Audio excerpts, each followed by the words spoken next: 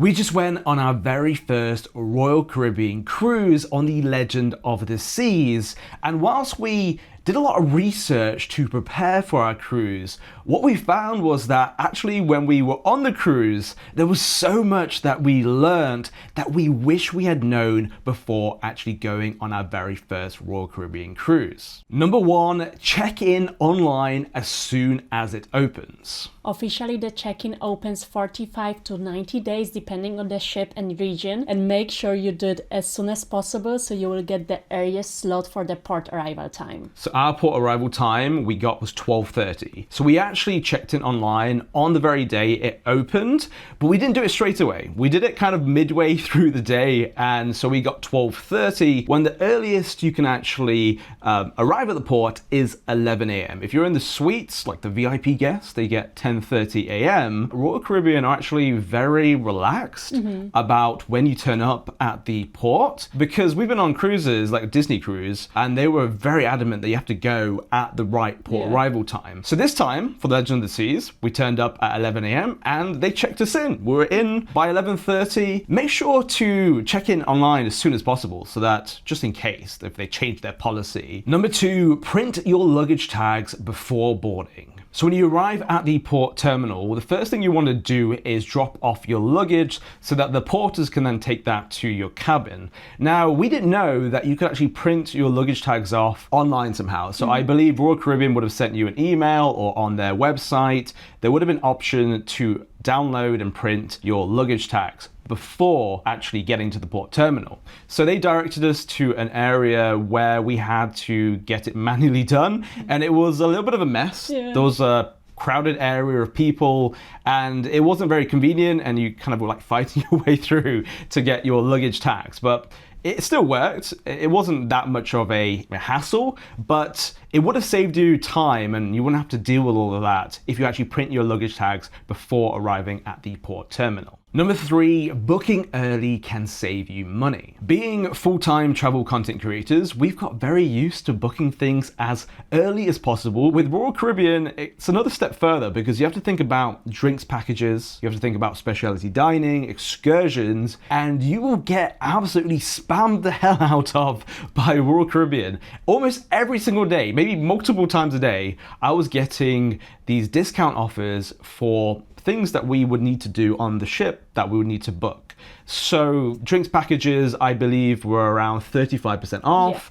Specialty dining was also 35% off. And excursions, I'm not too sure about how much percentage is off, but what we do know is that when you actually get onto the cruise and you start sailing, everything is way more expensive and it becomes more unreasonable. Our biggest advice is to book everything as soon as you can before you cruise. Number four, you might not get the cabin you expected. Now you might be wondering why I'm doing a lot of the talking and Karolina isn't. And that's because I booked the cruise. I booked all of the packages. And I was the passenger princess.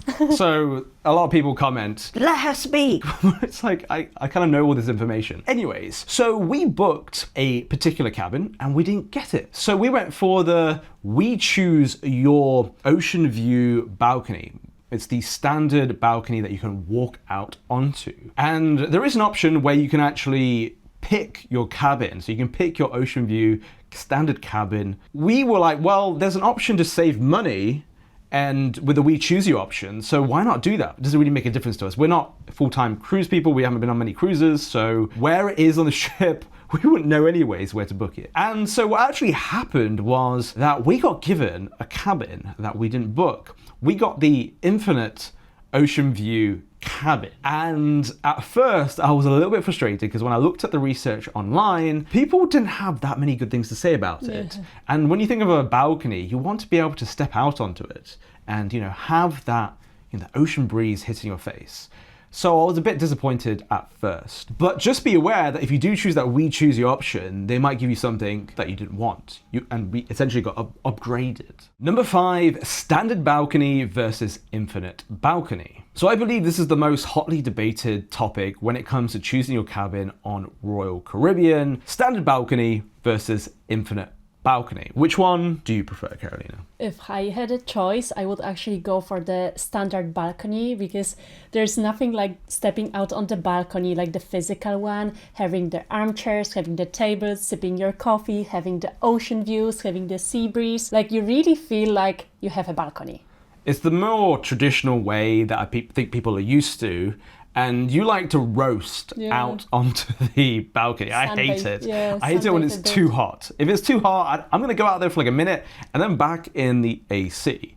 And so I was quite surprised by how much I really like the infinite balcony, because you have a very large window. So the difference is that in the infinite balcony cabins, you have a lot more space. So instead of the balcony, you get that extra bit of space. It feels really roomy.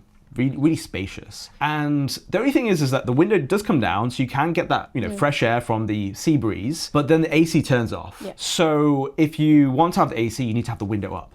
But I didn't mind that, because for me, seeing the ocean and then being in the AC and there's nice chairs there, so you can just hang out. I was a lot of the time just on the bed, just chilling. It literally feels like the outdoor space, but inside. I think you need to spend a lot of time thinking about which cabin you go for, because for me personally, I actually spent a lot of time in the cabin. I mean, that's what you're kind of paying for.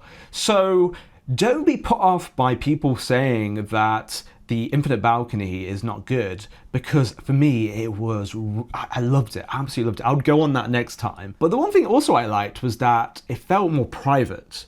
So when you have a balcony, you have neighbors, and you can always hear your neighbors. But with this one, with infinite balcony, we never even really heard the neighbors. We felt like we had a really private view out to the ocean. Number 6, cabins aren't always cleaned when you expect it. So you might assume that actually your room will be cleaned like in a hotel, like when you go for breakfast, you come back, the cabin is cleaned. But it wasn't the case in our situation, because our stateroom hostess, she had 23 rooms to be cleaned within a day. So you can imagine that she doesn't have a lot of time to actually clean each room, but also she had a limit. So the morning slots were gone when Was it like 18? 18 rooms could be cleaned in the morning, and then 5 rooms in the evening. So when we checked into our room, we actually heard her knocking at our door, and she said, "Oh, I'm really sorry, like all of the morning slots are gone, so you will be assigned to the time slot in the afternoon," which was 5 p.m. till 8 p.m. Which was really inconvenient. Yeah. Because after a long day out, you've probably gone on a excursion out to one of the ports, and you come back and you want to get ready for dinner, and she might be wanting to clean your cabin.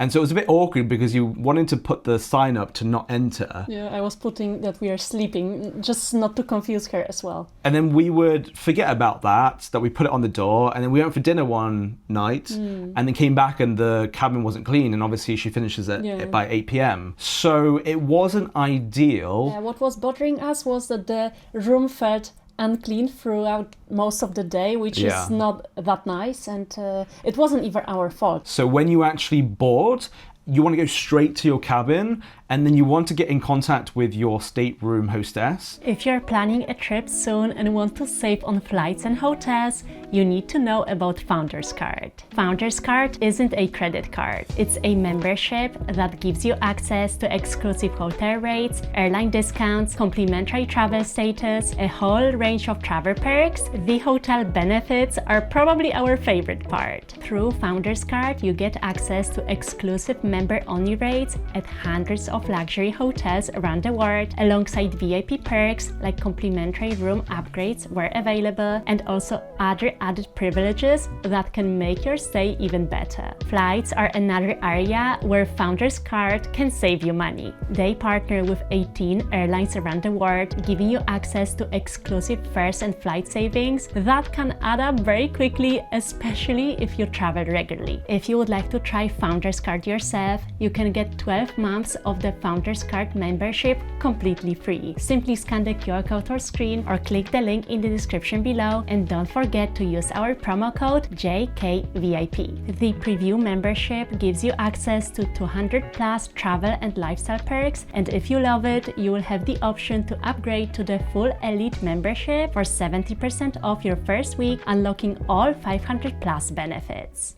Number 7, is the VOOM Surf and Stream worth it? So if you want to get Wi-Fi on the ship, you'll need to get the VOOM Surf and Stream package, which is incredibly expensive. It was $215 per one device. For one device for 7 days. We did it for one device because no way are we paying, almost $430 for 2 devices. But the good thing is that you could switch. So one person was using it and then Jay would give me the code and then I could use it on my laptop or on my phone easily. Yeah, so on the Royal Caribbean app, there's a code that you can then share. And so we were like taking turns with the internet. Now at sea, the VOOM Surf and Stream is really good. It's really stable. It's not super fast. So you're not going to be able to do crazy, workflows with that internet speed. It is very stable, but not very fast at all, which was quite surprising because we're at sea and they said it's like the fastest Wi-Fi or fastest internet at sea, so we expected it to be faster. It's also worth noting that the VOOM Surf and Stream package is Starlink, so it's Elon Musk's Starlink, so it's very stable, as I said. And also when you're sharing the codes, sometimes the prompt for actually putting in the code doesn't appear, so you need to put in login.com. That will save you. We were putting login.com into the browser every single time, and then we could put the code in. Now, we actually recommend getting yourself an eSIM. Now, the reason we recommend that is it's so much more affordable, so much cheaper. You can get multiple eSIMs for $215. You can get even unlimited eSIMs, so you have unlimited data and massive data packages. Now, you're probably wondering, well, eSIMs don't work at sea. That is true. So that's the advantage of the Starlink, that of the VOOM Surf and Stream package, because at sea, you can be connected to the internet. The eSIM didn't work. But actually what we found was over the 7 days of our cruise, 5 of the 7 days were at port. And even on sea days, you would be arriving to the ports and the internet on the eSIM would connect. And so we found ourselves, being in a situation where if you're trying to save money and you don't want to spend extortionate amounts on the ship, you can get yourself an eSIM so that you're connected for at least a large majority of your cruise. And then you don't need to, kind of spend all that money when you're at sea. You can have like a detox. Yeah. But if you are that kind of person who needs to be connected all the time, you're going to need the Surf and Stream package. And also, guys, the eSIM we recommend is SimLocal. We've been using them for what feels like forever now, and they are absolutely amazing. You will have no issues with them. And the great thing with SimLocal is that you can get a Europe eSIM. So if you're traveling to Europe and you're going to multiple countries, let's say you're flying into Rome, spending some time there, and then you're going out on a cruise, and then you're going to Spain, one eSIM covers all of them countries. You don't need to buy another eSIM or like swap out SIM cards, none of that business. So it's really convenient. We'll put a link in the description, or you can scan the QR code on screen, and don't forget to use our code Karolina to save yourself some money. It's always nice to get some nice little discounts. Number 8, book your beverage packages in advance. So we booked our refreshment beverage package in advance. The reason being is that we were getting spammed, as I said earlier, by Royal Caribbean into my email inbox every single day, 35% off drinks packages. And so we were like, well, we want to take advantage of it. Why not? They even had a countdown a few times. They're like, this is the last time you're going to get the discount.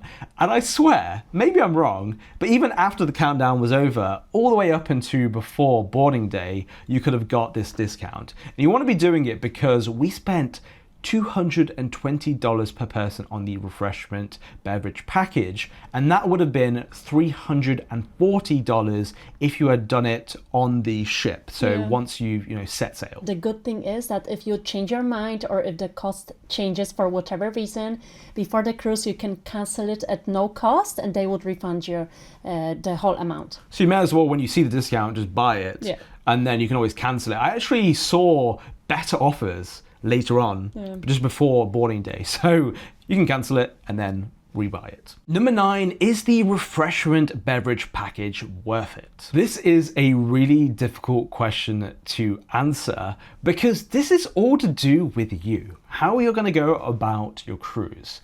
Because we spent $220 per person on the refreshment beverage package, which meant that when we calculated it, we would need to get 6 to 7 drinks, which included bottled water, canned sodas like Coca-Cola Zero, Sprite, Fanta, then specialty coffees and teas, and the coffee was Starbucks coffee beans. So yeah, all of the coffee lovers would love it. Freshly pressed juices, protein shakes, and mocktails. So on the service, you're like, oh my God, all them drink choices, and we can do 6 to 7 drinks per day easily. We can do 10, 15 and make money from the package. But the reality is that wasn't the case. We had to put effort into getting the drinks, and we spent most of the time on the ship. We only got off once in Europe. And so if you're someone who's going to be going out to port a lot of the times to, go in Europe and see all of these different cities, you're probably not going to make the most of it. Even we were tactful ourselves in that we would go to different bars, collect drinks, put it in our cooler, and then take it away with us when we did get off. But that's just a lot of work, and it's not that convenient. I will say you're constantly thinking how to make the most of it instead of just like, oh yeah, let me grab a drink. Yeah, and Royal Caribbean are very strategic because it costs $220 for that, but you'd also want to get yourself the Coca-Cola refill cup. And to get that, there is a premium drinks package? Is it like a soda package? Soda package. Which is $120. So you get canned drinks, soda drinks, and fountain, plus the refill cup, the souvenir Coca-Cola cup that you can use at these Coca-Cola refill machines. And that's what most of the people had. It was very popular. I think if we were doing it again, we would go for the soda package. And then when we felt like getting a tea and a coffee or a juice, or an alcoholic drink, then we would go for it. And it would actually probably work out very similar or even cheaper. I would say cheaper because also they were upselling the mocktails, but we really didn't like the mocktails. Yeah. You would think that they would put the effort into it, but it was so syrupy and... It was just syrup mixed with like kind of water, like tonic water, and it was very sugary, and it wasn't like I was expecting. When they say mocktails, you're thinking these really nice drinks, but what they were trying to do there is they're trying to upsell you to getting the alcoholic drinks, which look completely different. Very nice, by the way. But the alcoholic drinks package was almost $500. Number 10, Coca-Cola Freestyle Cup hack. There was actually so many people trying to go to these Coca-Cola refill machines and use like regular plastic cups to access the machine. And that's because they're usually positioned where all the eateries are, and they're all over the ship. So it's really convenient to be able to just get access to these machines. Now, what you actually need is a Coca-Cola souvenir cup, which has a chip in it. So if you try putting a regular cup into the machine, it doesn't work. But what you need is this chip cup that you can actually put into the machine, and then you get access to so many options. I was surprised. I thought you were just gonna get like maybe 5 or 6 options. There was like 30 options, and it was a combination of caffeine-free, sugar-free, like I don't know what else there was. Like it was just so many different options. Even vitamin waters. Like, what did you go for? Cream soda? Cream soda? It's very American. Something weird. And so we really liked the cup, like we said, and it's $6.99. It does say online $4.99 in addition to the refreshment package, but we got charged $6.99 for whatever reason.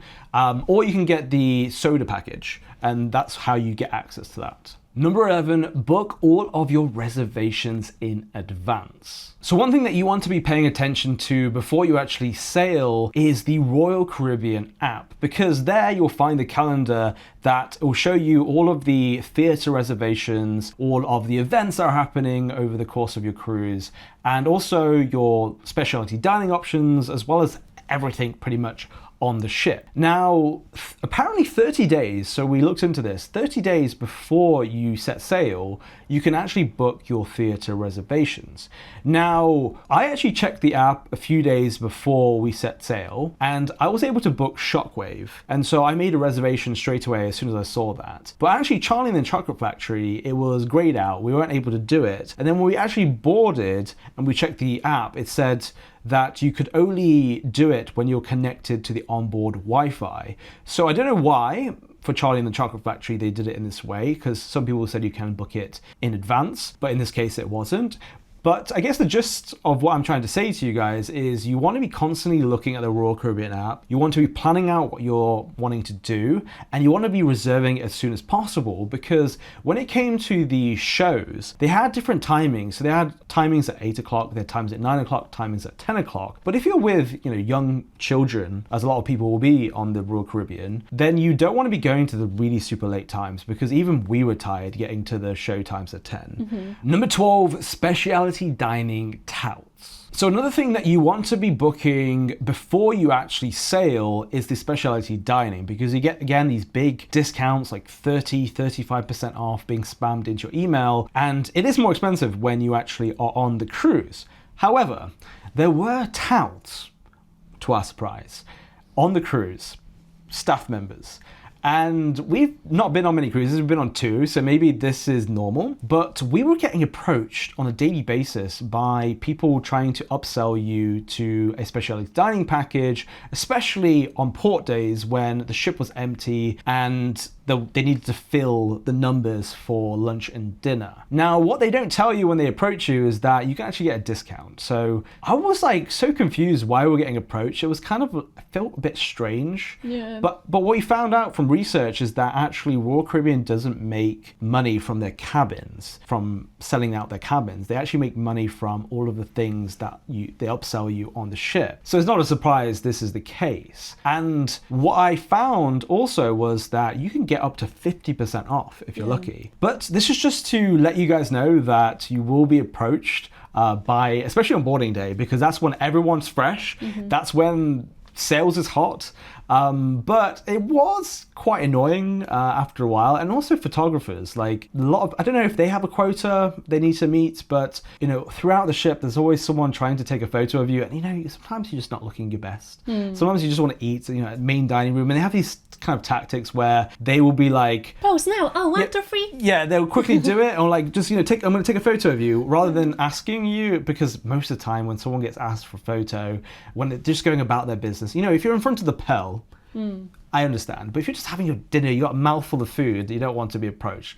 So that was quite surprising. Number 13, grab seats in the AquaDome Theatre in advance. Royal Caribbean is actually well known for amazing shows, and one of the iconic ones is the one in the AquaDome Theatre. It's called Shockwave, and it was just incredible. There was light, there was skydivers, there was dancers, it was incredible. Skydivers? Oh, you can say skydivers, because there literally was someone who dived from the ceiling and literally dived into the pool. I mean, he's more of a diver, but... divers, but it was 20-30 meters. It was incredible.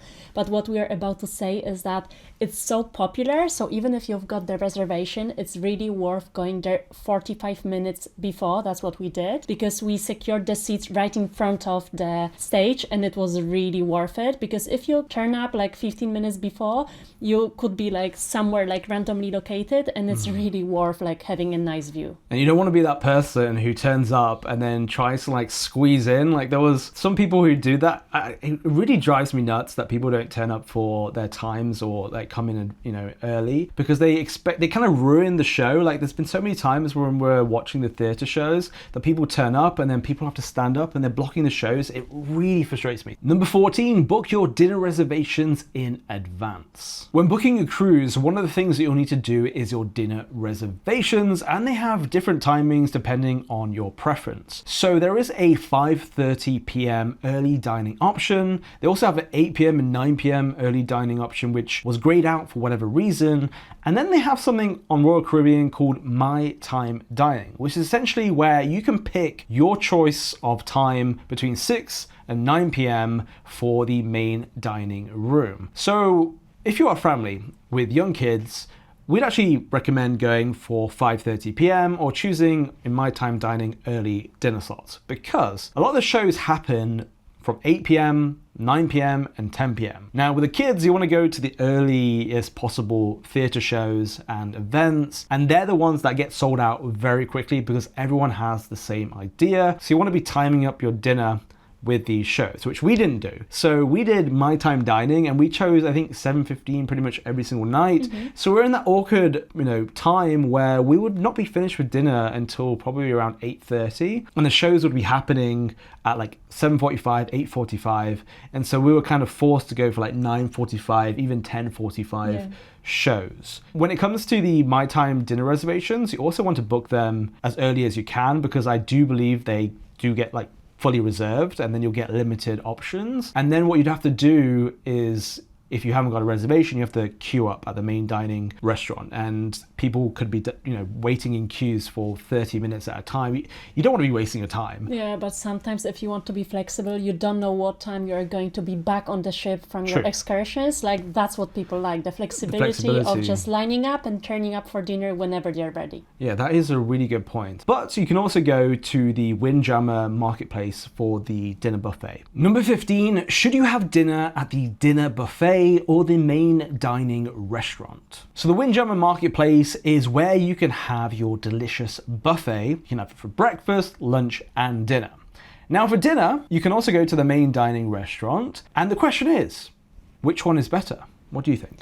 I think it all depends on the ambience you want to get, because when you go to the main dining restaurant, you get to sit down, you get a full menu, you can order everything a la carte, and it's just very elegant. You can dress up for the occasion. It feels like you're going out for dinner. Yeah, exactly. Versus the main buffet, it's, as you can imagine, quite busy, noisy. There's a lot of people around you. You need to secure your spot. But the biggest surprise we had was that actually the offering on the main buffet is very similar to the main dining room. Like, you get the same sorts of meats and seafood, just different quantity. The main dining restaurant is smaller portions, but they kind of refine it, but it's using pretty much the same food from the dinner buffet. And so with the dinner buffet, it's just to do with, like Karolina said, the atmosphere. Now, with a buffet, some people might want to avoid it because of hygiene. They do what is it? Washy-washy, like every time you go into the buffet, it's washy-washy. That's because people can be a little bit unhygienic. They don't wash their hands, and so they need to tell people to do this. And we actually saw at the buffet multiple occasions, people not using like the tongs to grab the food. They're using their hands, and not only that, they're eating it at the same time as they're going around. So like they'll be going and picking up the food, and then on the way to the table they'd also be eating on the way there, and I'm looking at there like, oh my god, that's so disgusting. It was actually quite shocking, even when we were filming, because we wanted to show you the offering that you can even get steaks or like lobsters and stuff like this on the buffet, which was really good. People had no limits. They would see that you're filming and they would be eating straight from the buffet. They'll be shamelessly doing that. But that being said, the buffet was actually really good because there's so many good options. And I felt sometimes with the main dining that I wasn't eating enough, or the portions are small. And you can order actually as much as you want. They don't tell you this, but you can actually order as many things as you want off the menu, because essentially it is the buffet. So sometimes I would find myself going to the buffet afterwards, just because there's just so much more options. I would say that it is, for us personally, the main dining restaurant was for us the best choice, because we just like to be able to sit down in kind of a peaceful atmosphere and we also and have loved someone. Our waiter. Oh yeah, Enrique. Shout out to Enrique. He was the best waiter on the cruise, and we got lucky with him. And also another thing with the main dining room is that you can have the same waiter every single night. So we had Enrique and Jane, so they were like a little team. So it was nice also to have that kind of interaction. But if you are just wanting to do your own thing, then the Windjammer Marketplace is a good option. Number 16, you can have breakfast and lunch at the main dining room. So actually, people don't know that you can actually have breakfast and lunch at the main dining room. So if you want more of a sit-down meal where you're having someone serve you, some people like that. Some people don't want to go to the buffet for whatever reasons, as we explained in the previous point. There is an option for that. So every single day you can go for breakfast, but on sea days, you can have lunch at the main dining restaurant. On port days, it's not busy enough for them to offer that. It's actually a la carte, like it's a really peaceful surrounding. You get the menu, it's a la carte, you can order as much as you want, and it's actually really good quality. So for breakfast, you can order your eggs, you can order your like bagel, maybe Smoked salmon. Benedict, yeah, maybe some fruits. But for lunch, it's actually a 3-course meal. So it's similar to dinner, and it was really nice. But again, all of the food is pretty much the same as the buffet. Number 17, getting around the ship is extremely easy. So if it's the first time going on a Royal Caribbean cruise, it might be a little bit daunting with the size of the ships, especially the Icon class. Like we were on Legend of the Seas, which is the largest and the newest cruise ship in the world, and it's very big. And you might be wondering, oh my God, I'm gonna get lost. It's not gonna be easy to get around.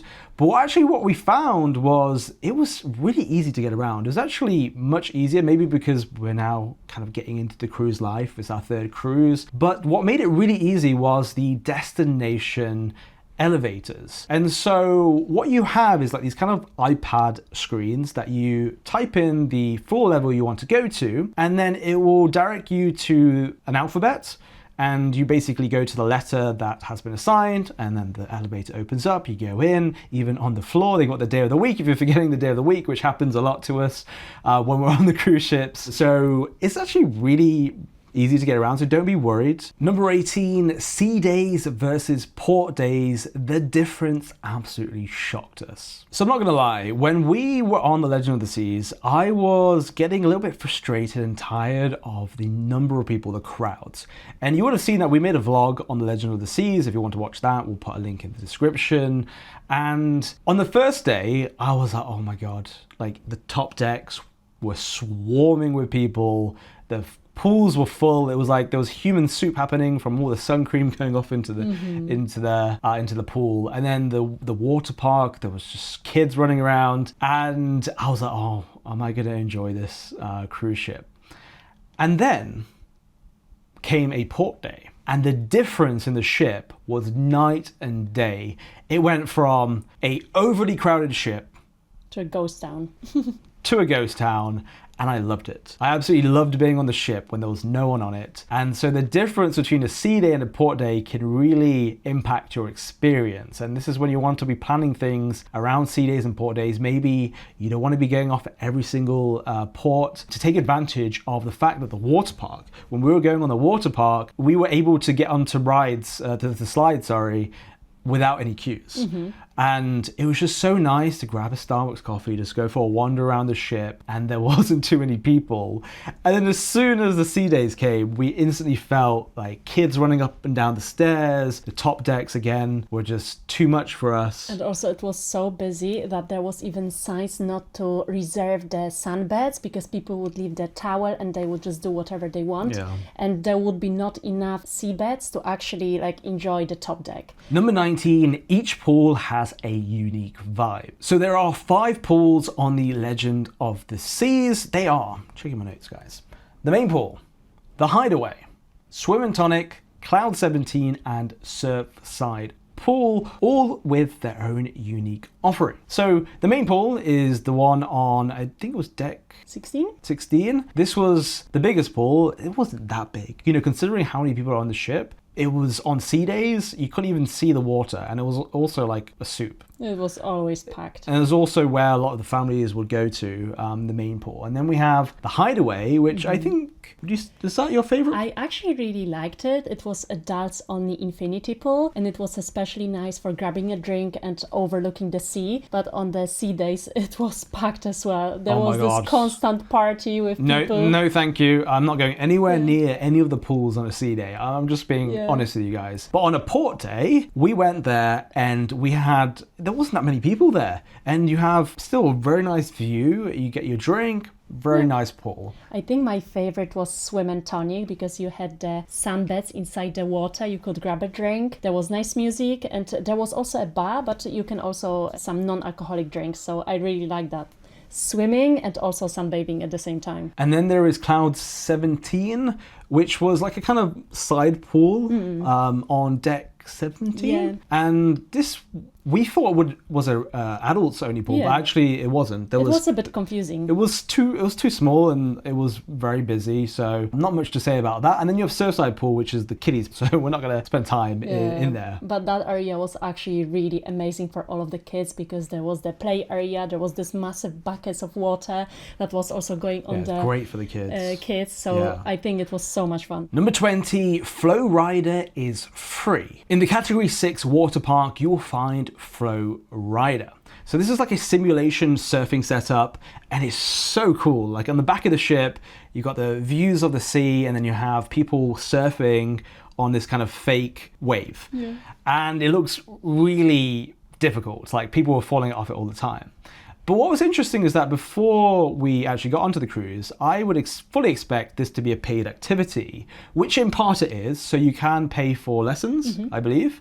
But they do open it up. So on the Royal Caribbean app, when you're doing your calendar and you're looking for these events, they'll have limited spots available for you to try out, not just surfing, but also is like the one where you're getting on your knees. What's it called? Like paddle boarding, wakeboarding? Yeah, basically there's categories like depending on which level you are, so you can just join the group. And it's completely free to join, so yeah, that was quite surprising. Number 21, it can get very cold on the ship. If you're someone like me who likes the hot summer weather and wearing just, nice skirts or dresses, don't get fooled because actually on the ship, in the indoor spaces, the AC is so strong that I needed to carry with me all the time like a sweater or like a shawl because otherwise I would freeze. It's not consistent as well, the AC. It feels like in different neighborhoods, the AC control is different. So sometimes it would be very cold and sometimes it would be okay. But I think for the ladies especially, like carrying a shawl or something to keep them warm is important. Personally for me, I love the AC. I could that's why I was in the cabin most of the time, just enjoy the AC with the views of the infinite balcony. Number 22, there is no self-laundry on Royal Caribbean. I have a confession to make. And that is that I didn't bring enough clothing onto our 7-day cruise in Europe. Because on the previous cruise, I think we were on a Disney cruise in Singapore, in Disney Adventure, they had laundry. And I saw so many reels and TikToks of people doing laundry that I was like, oh yeah, on Royal Caribbean, I'll be able to wash my clothes. Because we also spent some time in Rome beforehand. We didn't do a full wash before we came to Rome, came to Italy. And so I was hoping that I would be able to do laundry. And so I was recycling some of the clothes. Luckily on the cruise ship, people aren't paying too much attention to what you're wearing, thankfully. But you can get your clothes cleaned and dry cleaned, but it is very expensive. They have this like card inside of the cabin with the pricing, and I was like, no, I'm just going to recycle my clothes, thank you very much. But for anyone who wants to avoid making the mistake that I made in basically not being prepared, make sure you have enough clothing for your full cruise. We hope all of these insights into our very first Royal Caribbean cruise is helpful to you if you're going on your first cruise, or maybe you find it very interesting because you love Royal Caribbean, you've been on so many cruises and you're like, what do these amateurs expect from a Royal Caribbean cruise? We hope you enjoyed it. Thank you so much for watching and we'll see you guys in the next video. And don't forget to subscribe. I forgot to say that. Yes.